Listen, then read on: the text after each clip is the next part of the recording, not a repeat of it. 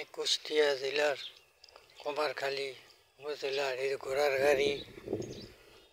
এই ছোটবেলায় ইনা হামিদের কণ্ঠে ইনা হামিদের কণ্ঠে শুনছিলাম ও কি গাড়িয়াল ভাই।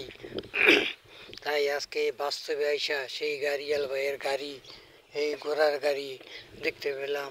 সেই গ্রাম অঞ্চলের প্রাকৃতিক দৃশ্য দেখেন আপনারা, কত সুন্দর এই দৃশ্য। যদি না আসতাম হয়তো আদৌ এই দৃশ্য দেখতে পারতাম না।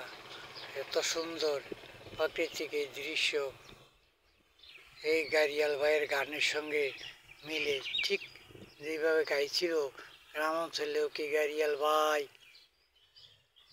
সেই গাড়িয়াল ভাইয়ের এলাকা কুষ্টিয়া কুমারখালী।